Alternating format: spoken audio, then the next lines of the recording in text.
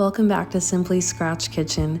Today we have got a snowstorm in Texas, which means it is the perfect weather to stay inside and bake. So today I'm going to be showing you how to make my homemade biscuits and yeast bread recipes, and I'm making some breakfast to get us started, and then we're going to jump into all of my favorite homemade bread recipes. I'm starting off the morning by making some homemade biscuits. These are so delicious with eggs and bacon on a cold winter morning. I'm adding 2.5 cups of all-purpose organic flour to my bowl, and then I'm going to add about a teaspoon of salt to that as well. You'll add 2 tablespoons of baking powder. That's going to make your biscuits rise. And then my favorite way to add the butter is by grating it straight from the freezer. I'm using Kerrygold butter here, which makes the biscuits so good and nutrient dense. And I just grate my butter in so I don't have to cut it in. Then all I do is I toss together my flour mixture and my butter until I have little pea-sized pieces of butter. Next, you're going to start adding your milk a little bit at a time. I like to use whole milk so my biscuits are nice and rich. I stir together until I start getting the dough sticking together, but not so sticky that it sticks to my hands really badly. Flip my dough out onto a floured surface and flip it a couple times so both sides get coated in flour. Often I'll just press it to about a 1/2 inch thickness with my hands, so you don't even have to get a rolling pin or a rolling mat dirty. And then I use my cutter. If you don't have a cutter, you can also use a canning jar lid, a canning jar itself, or a cup. You can use anything you have on hand. I push these together nice and close in my pan. It is no problem to have them that close together. They even turn out a little better and crispier on the edges.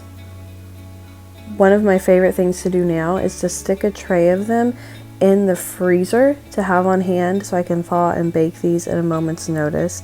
This tray I'm putting in the oven at 425, and they will take about 12 to 15 minutes to cook, and you will have these delicious buttery biscuits.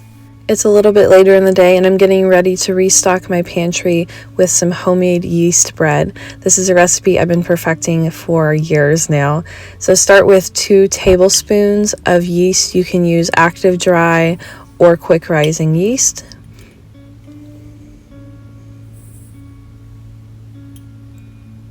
Next, you'll need some type of sugar, so 2 tablespoons of honey, pure cane sugar, or I'm using pure maple syrup today. Next, I've measured out 2 cups of hot water and then 1 cup of milk. I make my water a little hotter than it needs to be because the milk will cool it down, and then you've got perfect lukewarm liquid to mix your yeast into. Stir just a little bit. It'll be a little clumpy like this, and that's totally fine. We're going to mix it in a moment. At this point, I'm going to add 5 tablespoons of melted butter and about a tablespoon of salt as well. I'm just using my favorite Danish dough whisk to combine this before adding it to the stand mixer. I'm starting with the whisk attachment in my stand mixer, and I'm adding 5 cups of all-purpose organic unbleached flour. If you haven't used the one from Trader Joe's, it's a great price for what you're getting. I'm going to be doing more recipes shortly using fresh milled grain, but for now, this is a great one to get started on and learn the techniques of homemade bread. I'm doing 5 cups of flour to begin with. If you're doing this by hand, I highly recommend getting yourself a Danish dough whisk. They're only about $10 on Amazon, and they incorporate flour extremely well without getting stuck like you would using just a regular spoon. I love making this bread by hand. It actually is a little easier to me sometimes because I don't have to get so many things dirty, and I just like being able to feel the dough and know when it's ready. But if you enjoy using a mixer, this is how I do it with the mixer, and I hear great things about using the Bosch as well. So there's a lot of options, and you can figure out what works best for you.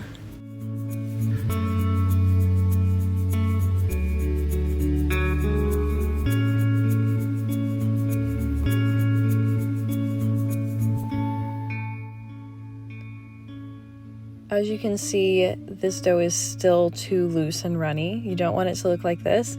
So we're adding our 1/6 cup of flour and combining it with the whisk attachment still.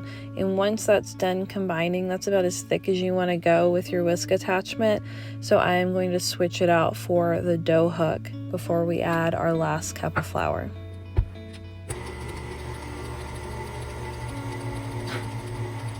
At this point, you're going to turn your mixer on about medium, and you're going to let the dough knead for about 10 minutes. If you're doing this by hand, I find 10 to 12 minutes is about good as well.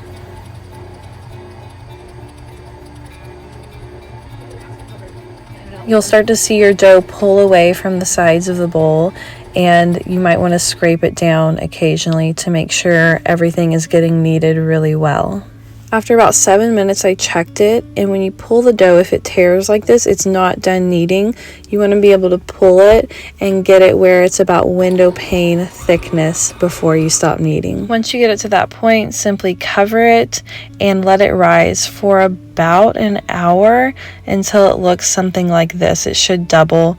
You're going to punch it down, and this is going to be split into 2 loaf pans, approximately equal size, but I can never quite get them even.